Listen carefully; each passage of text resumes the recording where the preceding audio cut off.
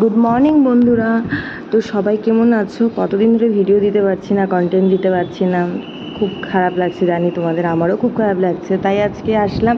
Main কারণ হচ্ছে আমার ডগের শরীরটা খুব খারাপ, তোমাদের আগে লাইভে এসে আমি বলেছিলাম। তো ওকে নিয়ে ব্যস্ত আমরা খুব আছি। তো দেখো আমরা ওকে নিয়ে ডাক্তারের কাছে যাচ্ছি, সারা রাস্তা গন্ধ শুকে শুকে যাচ্ছে, যেটা কোন রাস্তা চেনার চেষ্টা করছে। টোটোতে বেরিয়েছিলাম আমরা। তো ফার্স্টে পশু হাসপাতালে গেছিলাম, কিন্তু ওখানে আমার অতটা সুবিধা লাগলো না আমাদের।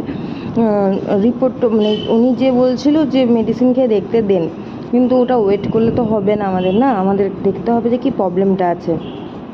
তারপর পশু হাসপাতালের পাশে একটা ডক্টরের দোকান আছে প্রাইভেটে, ওখানে দেখালাম। ভিজিট নিয়েছিল 400 টাকা, কিন্তু খুব ভালো ডক্টর, বলতে গেলে খুবই ভালো। উনি এত ভিড় চেম্বারে, এত সুন্দর করে দেখে, খুব সুন্দর গাইডেন্স করেছে, তার জন্য তাকে থ্যাংক ইউ সো মাচ। খুব টেক কেয়ার করে। তো উনি বললো একটা ব্লাড টেস্ট করিয়ে নিন আর একটা ইউএসজি করিয়ে নেন। তো ইউএসজিটা একটু কস্টলি ছিল, তো আমি কিছুদিন ওয়েট করেছি সেটার জন্য।